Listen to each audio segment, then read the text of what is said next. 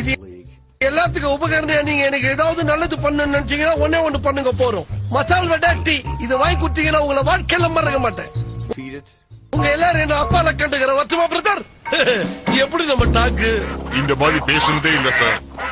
Amigo சலமணி தட்டே ஏன் பின்னாடியே வர?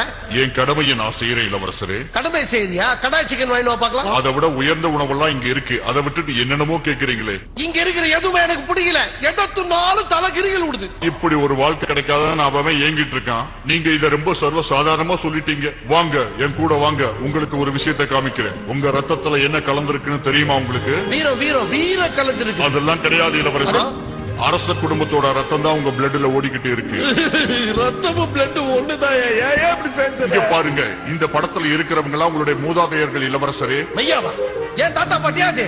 ஆமாயா, நான் கூட அது இருக்கிறேன் போட்டோல. அப்ப நான் நிஜமாவே அரசு குடும்பத்துக்கு போனையா?